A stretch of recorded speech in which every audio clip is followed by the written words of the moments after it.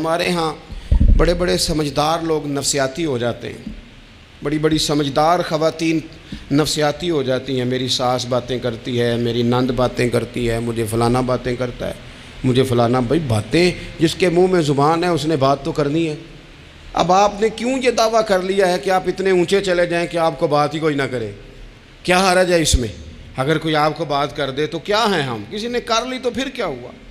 اس کا اتنا اثر قبول کرنا کہ ساری رات سونا ہی نہ، پریشان ہو جانا۔ اور بعض لوگ ایسے ہیں جنہیں اتنی باتیں نہیں ہوتی جتنی انہیں ٹینشن ہوتی ہے، یعنی وہ دو بندے کونے میں کھڑے ہیں تو میری ہی بات کر رہے ہیں، اور بھائی وہ اتنا اہم نہیں ہے، انہیں کوئی اور کام بھی ہو سکتا ہے، تیری بات ہی انہوں نے کرنی۔ بلا وجہ لوگ سمجھتے ہیں کہ میں بڑا اہم آدمی ہوں، وہاں بھی مجھ پہ تبصرہ ہو رہا ہے، یہاں بھی ہو رہا ہے۔ اس پہلو سے باہر آئیں، اس کمپلیکس سے نکل آئیں۔ ابن حزم کہتے ہیں کہ مصر میں ایک تاجر بڑا کامیاب ہو گیا تھا، بڑا کامیاب تاجر ہو گیا۔ تو زندگی میں جتنے لوگ بھی کامیاب ہوتے ہیں ان سے حسد ہوتا ہے، اس سے بھی اس کے ارد گرد کے لوگوں نے حسد شروع کیا۔ اب تاجروں نے پلاننگ کی کہ اسے خراب کیسے کرنا ہے۔ وہ ایک دن اپنے گھر سے نکلا، سفید کرتا سفید پگڑی باندھ کے باہر۔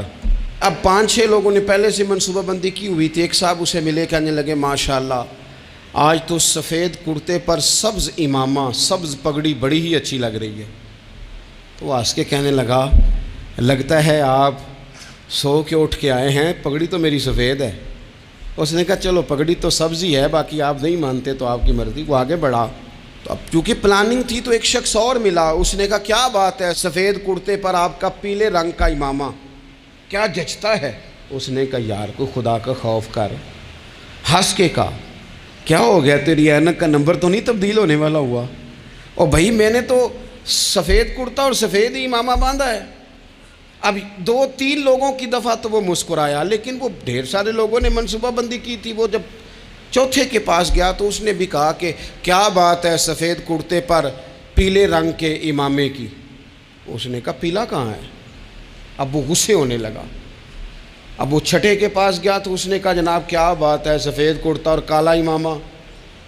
اب وہ غصے میں اتنا باولا ہوا کہ پہلے ہنسا پھر رویا، پھر اسے سمجھ نہ آئی کہ دکان کا تالا کس چابی سے میں نے کھولنا ہے۔ بس وہ شام ہوئی تو اس بیچارے کو بچوں نے روڑے مارنے شروع کر دیے۔ وہ اتنی تکلیف میں آ گیا کہ لوگ اسے پاگل کہنے لگے۔ کیوں؟ اس لیے کہ لوگ منصوبہ بندی، افواہ تھی نا کہ میری طبیعت خراب ہے، تو لوگوں نے حال پوچھ پوچھ کر بیمار کر دیا۔ لوگوں کی باتیں، لوگوں کے تبصرے، لوگوں کے کومنٹس بولے امام شافعی۔ امام شافعی فرمانے لگے لوگوں کی باتیں پتھروں کی طرح ہوتی ہیں، یہ روڑوں کی طرح ہوتی ہیں، اگر انہیں کمر کے اوپر رکھ لو گے نا تو یہ تمہاری کمر توڑ دیں گی، اور اگر تم ان کو اپنے پیروں کے نیچے رکھ لو گے تو تمہارا قد اونچا ہو جائے گا۔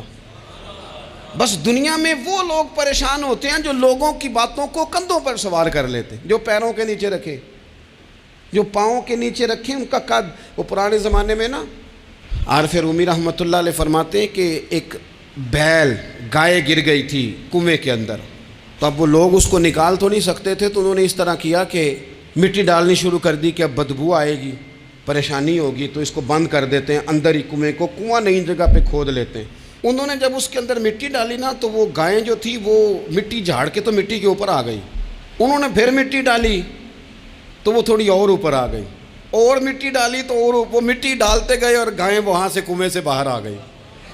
لوگوں نے دفن کرنا چاہا، وہ باہر نکل آئی۔ اور میرے بھائی لوگ بھی اپنی باتوں میں دفن کرنا چاہتے ہیں، لیکن یاد رکھنا جو چمکنے والے تھے وہ چمکتے ہی رہے، جن کو اللہ نے عزت دی تھی ان کی گھٹائی کوئی نہیں سکا۔ اتنی لمبی زبانیں کھول کے لوگوں نے صحابہ کے بارے میں باتیں کی، لیکن سورج چمک رہا ہے صدیق اکبر کی شان کا، عظمتیں دمک رہی ہیں فاروق اعظم کی، عروج ہے جناب فاروق اعظم کو، نگر نگر گلی گلی دنیا علی علی کرتی چلی جا رہی۔